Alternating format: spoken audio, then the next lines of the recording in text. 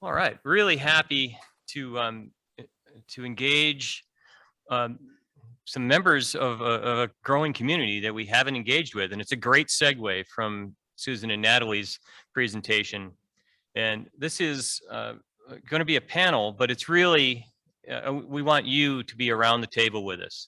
If we only get through a quarter of our content because we get through all of the ideas that come from our online community and the people in the room, perfect. We've got enough information to seed the discussion, but we want you at this table. We've had some amazing conversations, and we just really, this is about exposing you to those conversations. So I will start with just a quick little soundbite that sets the stage. We start in 1854 with Dr. John Snow. There was a cholera outbreak in London, and it was misunderstood as to how cholera was being transmitted. Dr. John Snow didn't use test tubes and microscopes. He wasn't even an expected contributor. He was a surgeon and not an internal medicine doctor. He used a map, and he found that cholera was sourced by a particular well. So when we look at the pandemic and how we did as a GIS community and supporting the public health community and what connections we had, were we able to pull in unexpected contributors? How universal was that? And was the data that we used available to them? And was it at the level of resolution necessary for Dr. John Snow to have found that well? So those are some of the historical questions.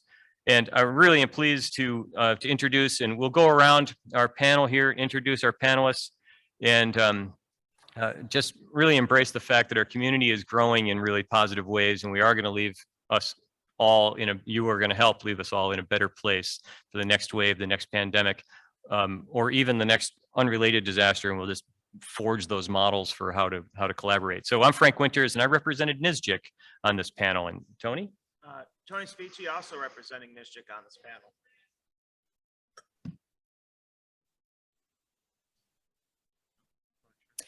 Yeah, just That for a second. Yeah, sure. Trajan. Tony Spicci, also representing NSGIC on the panel. All right, Rebecca? Rebecca Harnett, I'm a senior advisor to the task force and to NAPSG Foundation. That's wonderful. And NAPSG, for those that might not be familiar with that, is the National Alliance for Public Safety GIS. And Ken. Good morning, everyone. Ken Napsey, City of Seattle Office of Emergency Management, and also representing the International Association of Emergency Managers. Right, and you're bringing the URISA perspective as well, right, Ken? Yes, sir. Thank you. Super. And Lily, super happy to have you. Hi, everyone. I'm Lily Kahn, and I am the Senior Director for Infectious Disease and Informatics at NACCHO, the National Association of County and City Health Officials, and representing local health departments. That is awesome. And Priyanka. Hi, everyone. Can everyone hear me all right? Yes. Yes. Perfect. Testing out some new speakers today. And I am Priyanka Suryo. I am the Senior Director for Public Health Data Modernization and Informatics at ASTHO. That's the Association of State and Territorial Health Officials. And I'm here representing the State Health Agency perspective. Awesome. And just for our panelists' notes, any of our worry about the switching from audio feeds is working out, and we don't have to worry about that stuff. So we're just going to let it rip, and please, audience online and here, be part of this. This is your bus, drive it. Great. So go ahead. I think Rebecca might have the first kickoff question to us. Yeah, sure. Thank you so much, Frank. And it's good to join everyone virtually. I wish we could all be in person, but we're not quite there yet. So first question, this really goes to all of our panelists, but each of us and each of you have such a unique experience, both in public safety and public health, but also kind of in context of COVID-19 response and recovery efforts. And, from your unique perspectives, do you believe there is an increase or decrease in collaboration or even just communication between public health officials, data scientists, and the geospatial community? So I'd be curious to hear from each of you on that based on what you've experienced thus far. Ken, do you want to kick us off on that? Sure. For us, we have definitely seen an increase in collaboration between particularly public health officials and our city leadership. And then also, it has been a great help for us to have GIS at the table to help kind of present very complex and very dynamic issues, and being able to present information spatially, which has really kind of helped not only city leadership, but also a number of city departments being able to make decisions, particularly during the early months of the pandemic. Thanks, Ken. What do you think, Lily? I completely agree with Ken. I think one of the things, or a few of the things that we all saw with this pandemic and response was, one, there was this unprecedented need for information and data. And that stems to whether you were talking about an individual living in a community trying to figure out how to navigate that particular circumstance based on whatever they needed, to the local elected official and everyone in between. And because of that, the kind of response to that demand and need for information really required an all hands on deck approach. And I think that naturally led to the partnerships and collaborations that in some cases happened on the spot to be responsive to those demands and needs. Yeah, that's insightful. So Priyanka, what's your view? Yes, absolutely. Collaboration, I think, as a necessity has increased as folks need to be able to share and unlock the data that exists within the silos that it has for so long. I think what I've been really encouraged to see, though, is the innovative ways in which we've collaborated. And I'll just kind of start on this, though I'm sure we'll get to it a little bit later throughout today's discussion, that I've seen a lot of different events, conferences, convening summits like this one, bringing together these very entities like public health officials, data scientists, engineers, the tech and private community. There were a number of different innovative hackathons or other types of events to spur that ideation and innovation along. And it was a lot of learning of each other's language, of each other's fields and respective priorities, and trying to share in that. So it's been an interesting growth time for this field for sure. Yeah, so I'll give you my perspective. And Susan alluded to it. You know, a bunch of us were together when the news popped, like, oh, this is big. And we were gearing up. If this was a nationwide earthquake, ridiculous scenario, but if it was one of our traditional national disasters, we would have already had those relationships. We already know the people that would have called on us. They would have known what to ask for. But like you said, Lily, we had to invent some relationships and figure out some terminology on the fly. And I was just so grateful to be in the position I was in, to have already gotten permission to speak on behalf of NSGIC, because I was not part of the solution otherwise. So it gave me a voice through NSGIC that I might not have otherwise had. And sort of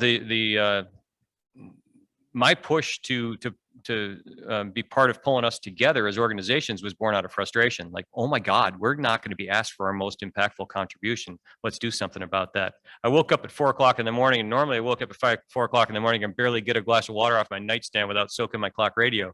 But this time I woke up with this like lucid outline in my head. I had to jump to my computer and start typing, because this is some of the structure that I just want to share with people. And that became the joint statement that many of us contributed to. So I think my perspective was yes, but thank God that we had these not-for-profits that had a voice. Tony, what do you think? Well, yeah, and I'll wrap it up. And, you know, I can't be the guy that says I disagree. So obviously I agree. But, you know, I think in the case of Missouri, early in the process, when I got involved with this panel, the question is, why is this guy from conservation involved with COVID? And, you know, that prompted discussion. This is not about COVID. This is about pandemics. And the reason I'm here is because this is beyond just the traditional community. You know, folks went into this thinking that I've got a job to do and it's just a job on steroids. And the reality is this was beyond our traditional capacity, beyond our traditional roles. And it prompted us within the state to start asking those questions and building those relationships. And so there's not a lot of good that's come out of this pandemic, but there is some good. And I think one of the best things that's come out of this is the realization that we need these relationships. We need to start building partnerships with communities we traditionally haven't spoken with. And we're doing that now. And we're seeing great yields, not only on the pandemic side, but just in general geospatial collaboration. Great, Tony. What do you have for thoughts you'd like to get out there and ask folks? Well, I'd like to ask a question of Rebecca, and anybody can jump in.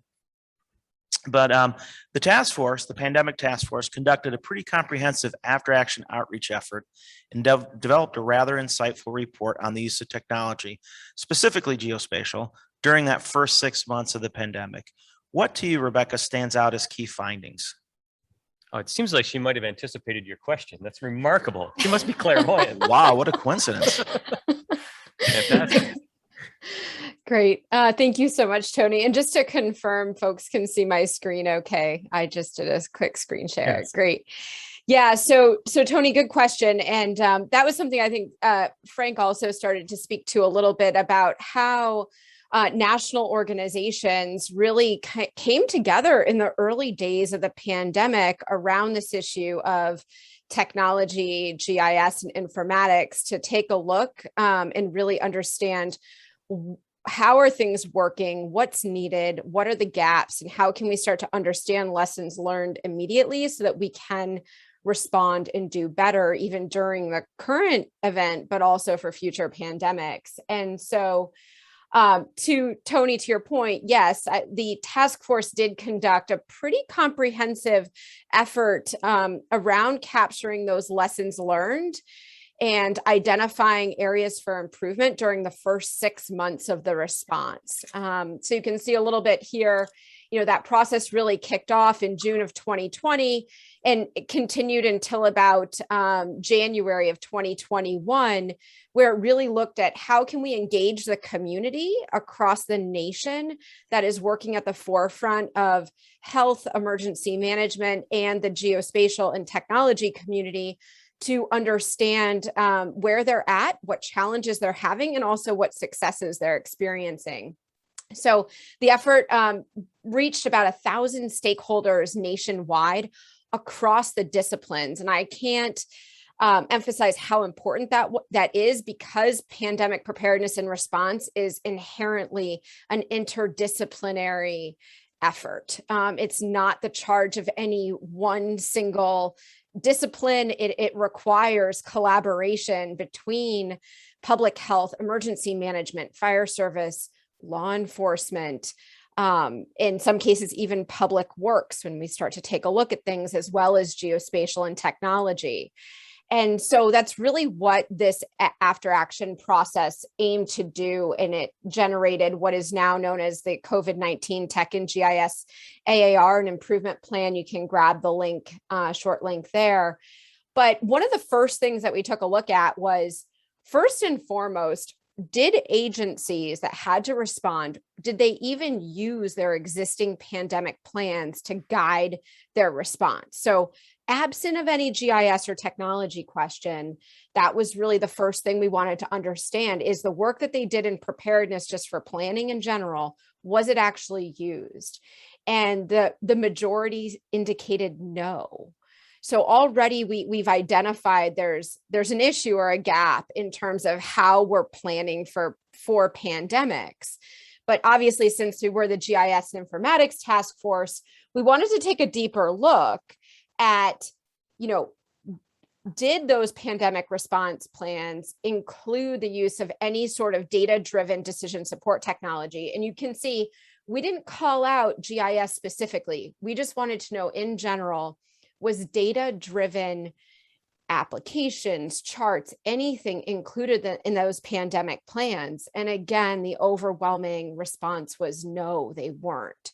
And so that really also helped to shine a light on the fact that there was a gap in that preparedness and planning process. But I think what's important is that, and this may be kind of a silver lining in all of this, is that what we did see was active engagement by technologists, GIS staff, or data science staff during COVID-19. So while that may not have occurred at the front end during the planning and preparedness phase, it was happening during the response. And you can see the overwhelming increase in active engagement by those staff. And I think that starts to tell a good story around how we are improving and advancing our ability to communicate and collaborate across these disciplines to support each other. So I think that those are kind of the major points. Now, this didn't necessarily translate to full-scale usage of data-driven intelligence in every facet of the response, right? But it certainly is a major step forward in that regard. Thanks, Tony.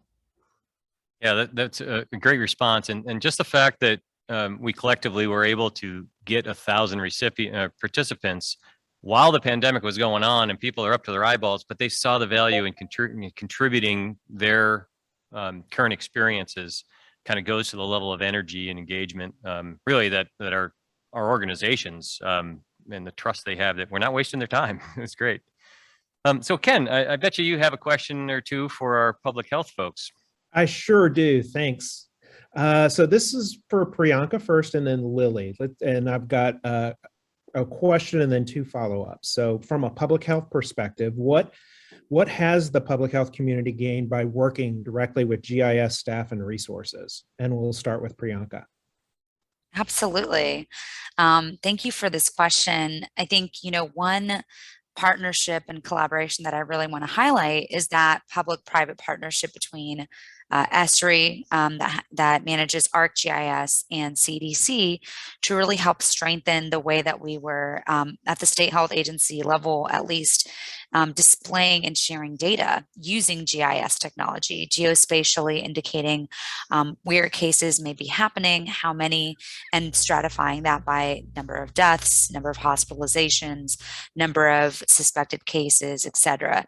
And I mean, from there, the variations of what was presented was almost endless based on what health agencies and health agency officials really wanted to showcase to their public, what they thought was most important for driving decision making, and also making sure that they got feedback from their stakeholders too, which I know includes local health agencies. So I'll be curious to hear Lily's perspective on this as well. But that was a really neat collaboration, and it very much so strengthened, I think, not even people's awareness of using GIS in this way as a data-driven decision-making tool, but also as a way to begin to equip your staff with the know-how and the wherewithal to use this kind of technology. And I think that coincides really nicely with what Rebecca just presented. Priyanka, I agree that the support, the public health community, certainly at the local level and also, as you mentioned, at the state level, really just that support around spatial and temporal data analysis and data visualization, particularly at least from the local perspective where local data were available, was huge. And just to provide, taking a step back, even to provide some data points verbally that provides additional context to what Rebecca shared. Back in 2015 and 2016, we at NACCHO have done periodic assessments, including, again, several years ago about the level of informatics capacity and needs of local health departments.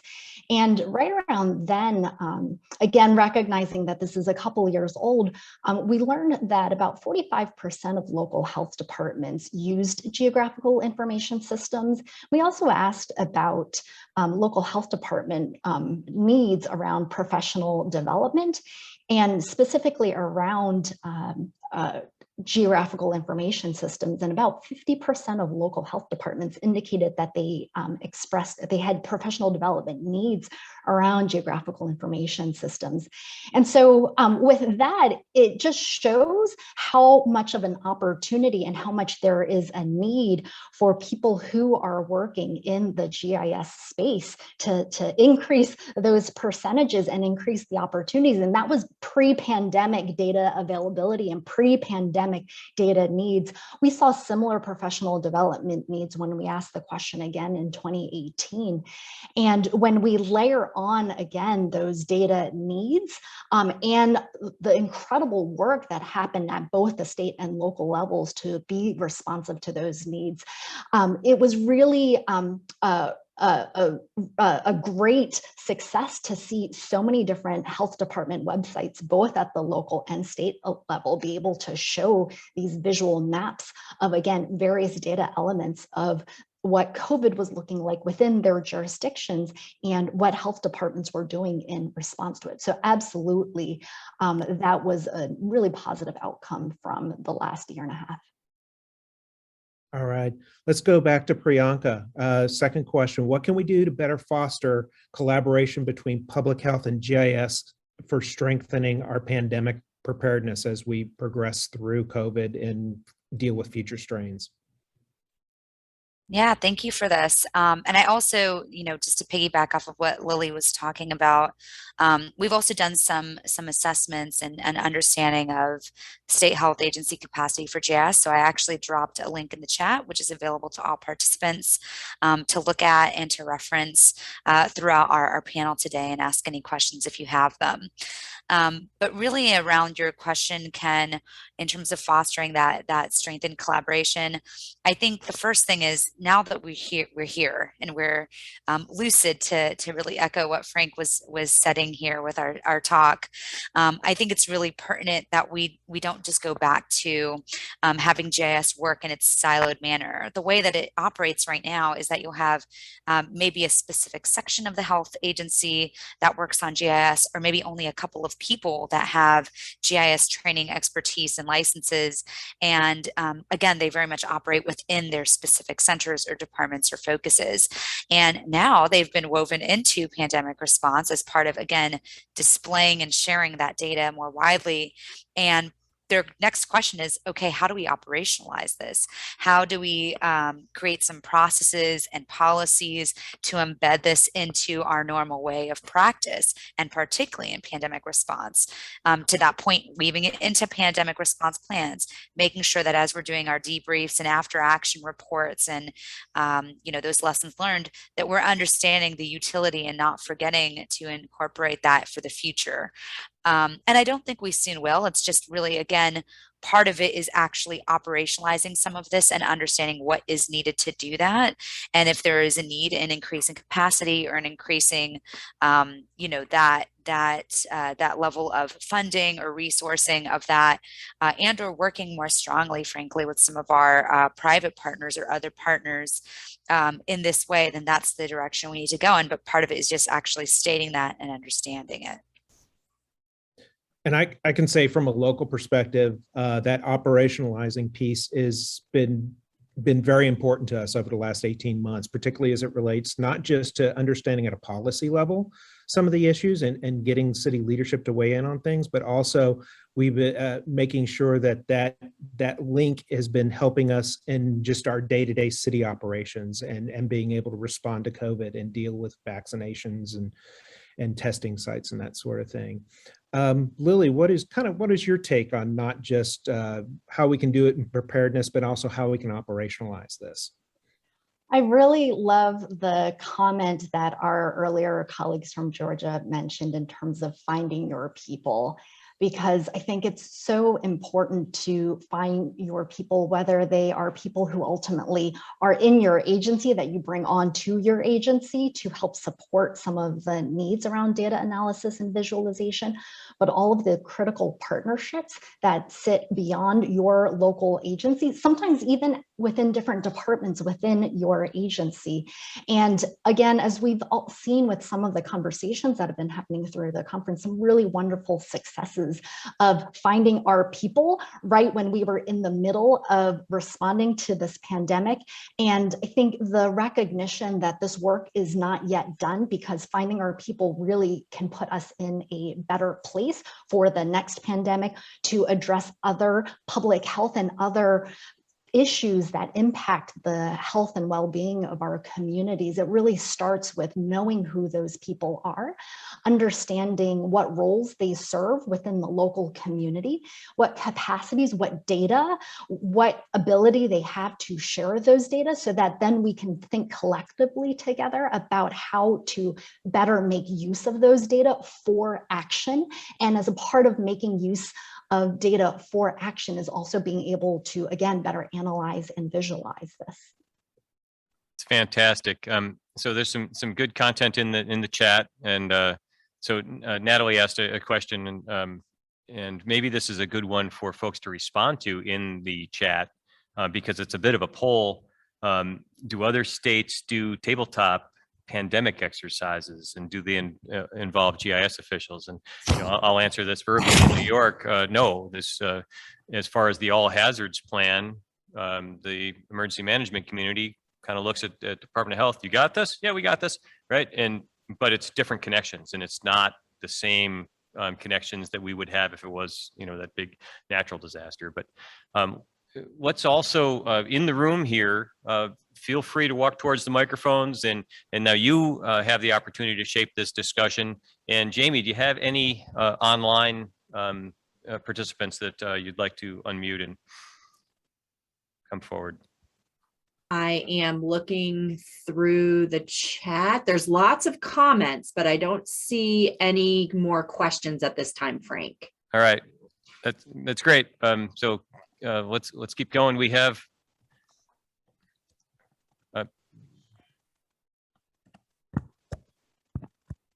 Shay, would you like to unmute and ask your question? Sure, thank you so much. I don't mean to be a Debbie Downer, but I've noticed that sharing health data is already incredibly fraught with challenges because it's health data, and that makes complete sense. You add the fact that this particular health data related around something that was very political, and you add more challenges. So my question is, I think the groups have done an amazing job at of showing business examples of how sharing parcels actually is to the better of local, county, state. And we can use those stories to get people to share data more. Do we have examples like that for health? Because I'm loving what you're seeing. I love the Wisconsin report, but part of me wonders if I've been living in the same reality you guys have for the past year, because we couldn't get anything out at less than a zip code level without an act of Congress, and that didn't happen. So could you speak to that, and maybe sharing success stories that we can use to get buy-in from our higher up? Thank you so much. That's fantastic. And let me jump right in. And Rebecca, if you wouldn't mind running to those couple of Rockland County slides towards the end, and share that screen.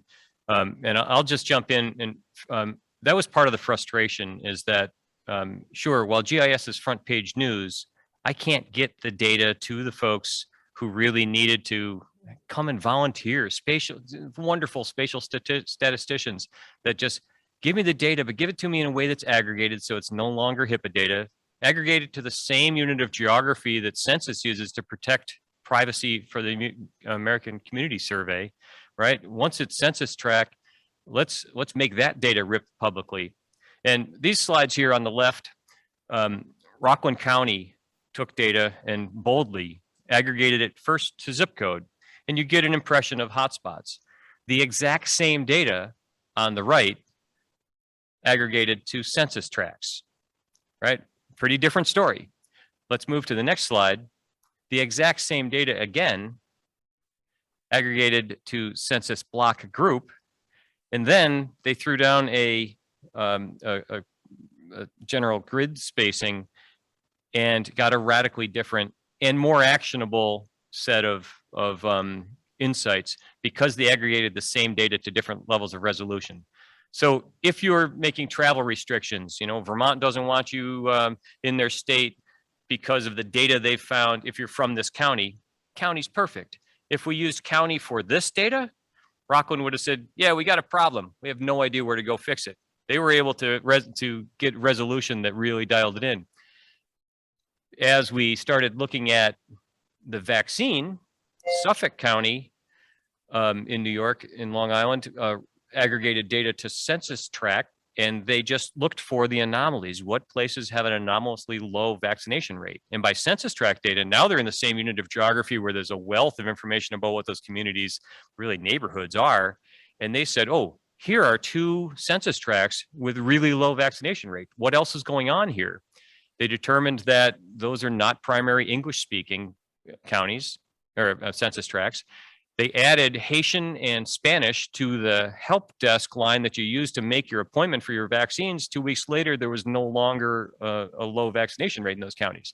They were able to drive the right decision, drive it into the characteristics, bringing in spatial data that correlated spatially. So hats off to Wisconsin for the first state to put out census tract level data of cases. But you're absolutely right. The time to make those decisions is not when we're duking it out in the media and it's front page news. The time to make those is during peacetime, and you put those policies in place, and then you just say, well, of course, we always make test data available. Here it is. And we, you know, way easier to do that in peacetime. So that's part of the uptick that I think we're going to see. You don't need to ask me that question there, Tony, afterward then. Great question. I love the fact that you, that question came from you, and we're not just dreaming what is important to you. So thank you. Others on that same question? So I'll just say from a local perspective, a big thing for us early on was getting that more granular sub-zip code data. And for us, part of the way we were able to do it is the city was conducting its own testing, which gave us a little more flexibility. But in that case, particularly when the vaccines first started coming out, and there were certainly not enough to go around even among the high-risk groups, we were able to take some of that data, particularly as we were seeing it from testing sites around the city, and then being able to map that up against where being able to translate into some hotspots that we were then able to do some targeted mobile vaccinations and housing groups and targeting high risk populations within specific sub areas. So being able to look at long-term care facilities and family homes in areas where we were seeing a bigger uptick in cases helped us to kind of target some of those mobile vaccination teams and try to knock down hotspots before they became even bigger problems for us. And I think what Frank and Ken kind of highlighted is the value of having this collaborative approach, because you were able to bring in geospatial folks that were able to look at some of the questions, the spatial questions that the epidemiologists either didn't have time to try to understand themselves or just didn't fully understand. And so by having these folks in the room, they were able to help increase the value of the data.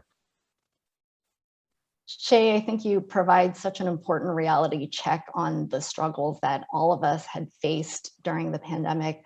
We certainly recognize that at the local health department level, there are also, even when you're talking about local versus state, there are different ways in which local health departments have access to data than compared to the state health department. And I think that reinforces Frank, what you mentioned about the importance of partnerships during peacetime to really understand what stakeholders have access to what data, and to then understand what actual barriers versus having to figure it out in the middle of the pandemic.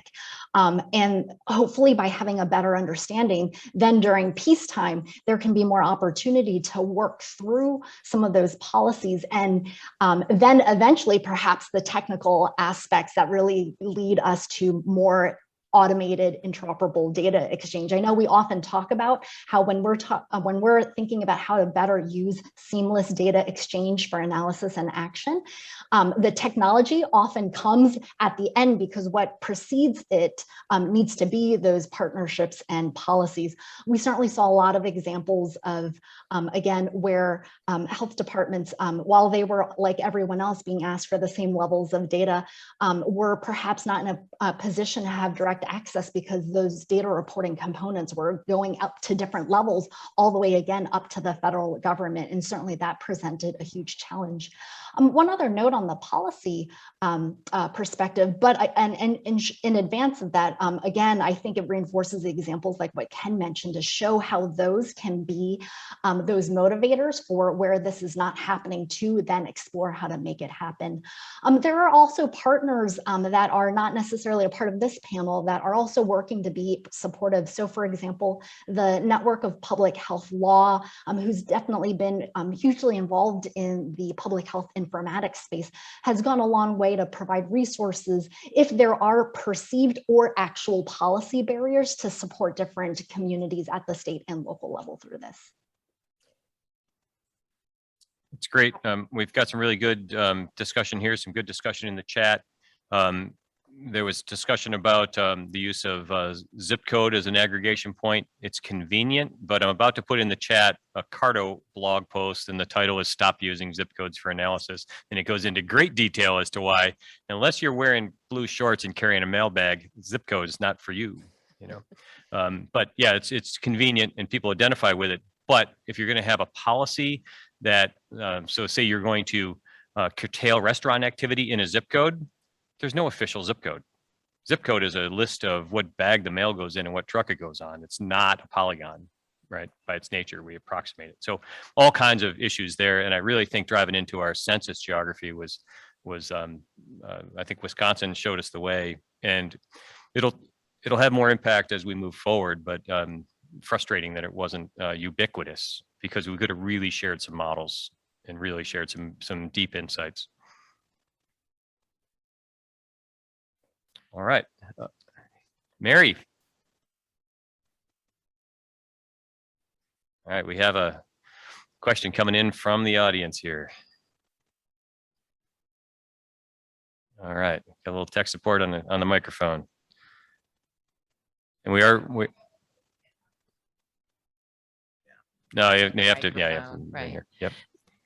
Excuse me, mine isn't really a question, but just a comment, because in Pennsylvania, we have a full-time legislature. So basically all of our analysis, even pre-COVID, is always asked to be done by legislative boundaries, which it goes back to Shay's comment about the politics of everything. And in fact, last week we were asked to, by the governor's office, to create maps that showed vaccination status by legislative districts, which we pretty much can figure that out even without doing the analysis.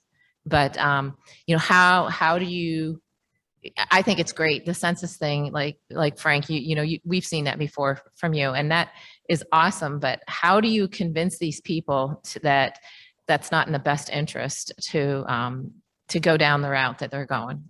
That's, I know nobody has the answer. Well, yeah, and the answer is I failed, right? But in this case, a legislative district and the party that they vote for may have had a correlation in some of the behaviors, right? But other factors like engagement in government. There was a correlation between, we're trying to take the decennial census while we're also trying to understand COVID. And there was a correlation between low census form return and high COVID rates. Well, if a small part of your community is not listening to government when they say, please fill out this form, what makes you think they're going to listen when it says, please wear a mask or social distance or even get vaccinated, right? So engagement in government, those things we can measure too. So I think all that has to happen peacetime. I think we have to be sensible about it and shouldn't like show those correlations. Let's pull up some data and do some research and show those things. And we didn't even have to have a theory. We could have just taken all the census data and run it through an AI and let it figure out what explained the variance for various parts of the phenomena. So anyways, we are running a little bit short on time. We started just a touch late, but I really would like to make sure we take a chance to poll the online participants one more time. Some great stuff in the chat. Anything else coming here? Anyone want to unmute from the online audience? We do have a question from North Dakota, Bob. Bob, do you feel comfortable coming off mute? Sure, why not? So the question is whether or not, when I look at the various national, in some cases, international dashboards of data, whether it's bar charts, maybe in some cases maps, is there a way to know, and I've dug around on some with no success, how do I know if when I'm comparing one entity to another, say one state to another, or even one country to another, how do I know if I can compare them? Have their data been normalized? Because there are a wide variety of testing procedures, equipment, Even the cyclic thresholds are different. So how do I know? Can they take it on faith, or are they just regurgitating the numbers that they've picked up, and I need to use the data cautiously as I would any data, I would suspect?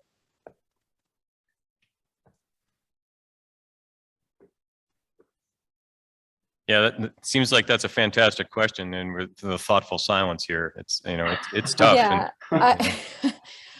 This is Rebecca. I think you'd actually have to go to each of the, the authoritative sources for those different dashboards and take a deeper dive on the source data for each of the states that they're using to pull in and look at their documented methodologies.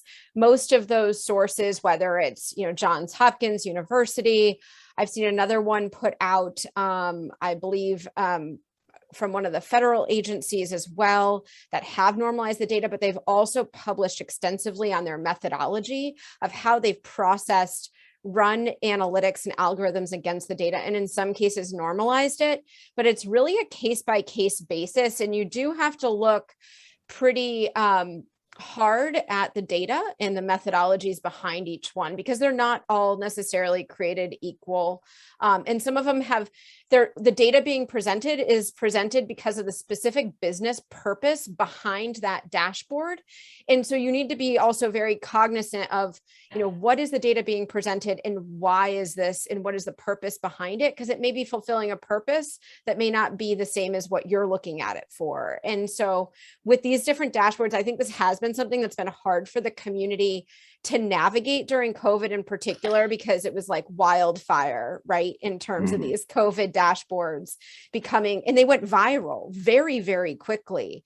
But it is important, to your point, Bob, to take a hard look at like where that data is coming from and what the methodology is for that analysis behind it, and to make sure it aligns with the needs that you're looking to address before you decide to adopt it and use it to inform your decision making. Great. All right, we are out of time, but we're just going to do the lightning round for wrap up, and we're going to continue this conversation in the My NSGIC. And so each of the panelists, about the size of a tweet. What's next? My what's next is I'm going to continue to plug in with you, and I'm going to bring the NSGIC community perspective to that. So feed me, load my cannon, and let's get involved with the continued Pandemic and Informatics Task Force. Tony, go. Well, NSGIC's never really been about geospatial as much as it's been about people and coordination. So we got to keep doing what we're doing. We got to keep making friends and building relationships, and then use our geospatial talents to kick ass. All right. Rebecca, go. Bringing the GIS technology and public health and emergency management community together to start to make strides against some of these areas in our collective AARs and improvement plans. Awesome. Ken, go. Looking at rethinking the way we think about collecting essential elements of information and centering that around how we can incorporate that into GIS for all hazards. Awesome. Lily, go.